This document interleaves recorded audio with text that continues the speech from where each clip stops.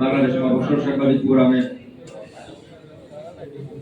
13 বছর শেষে 14 বছর পদার্পণ করেছেন এবং সাধারণ সভাকে সুন্দরবন হতে বিভিন্ন জেলা উপজেলা থেকে আগত আমার প্রিয় সহযোদ্ধা সহকর্মী, আপনারা যারা দূর দূরান্ত থেকে উপস্থিত হয়েছেন, বাংলাদেশ অবসর সাংবাদিক ফোরাম ফেনী জেলার পক্ষ থেকে ধন্যবাদ এবং অভিবাদন জানাচ্ছি।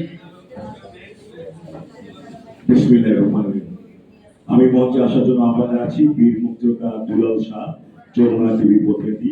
বীর মুক্তিযোদ্ধা দুলাল শাহকে আমি মঞ্চে আসন গ্রহণ করার জন্য আমি আহ্বান জানাচ্ছি। আরো মঞ্চে আসার জন্য আমি আহ্বান জানাচ্ছি যমুনা টিভির প্রতিনিধি চিত্রনায়ক আমাদের যুবরাজ খানকে।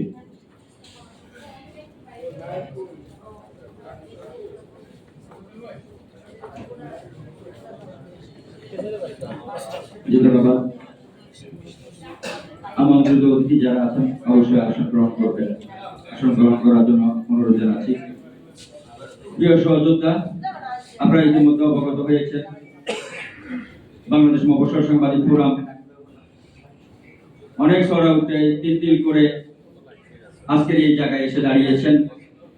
13টি বছর পার করে 14তে পদার্পণ করেছেন এবং সেই সাথে আজকে সাধারণ সভা অনুষ্ঠিত হবে, কেন্দ্রীয় কমিটি ঘোষণা করা হবে।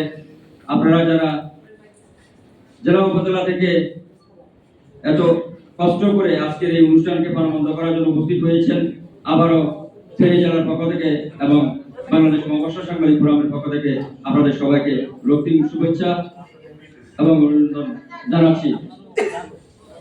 বেশি কথা বলবো না, আপনারা ইতিমধ্যে অবগত আছেন, অনেক পুরাতন রয়েছেন এবং নবাগত সদস্য রয়েছেন।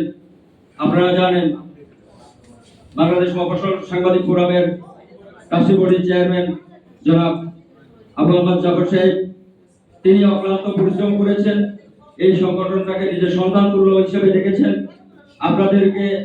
আপনাদেরকেও সেই সন্তানের তুল্য দেখে একই প্ল্যাটফর্মে এসে দাঁড় করিয়েছেন।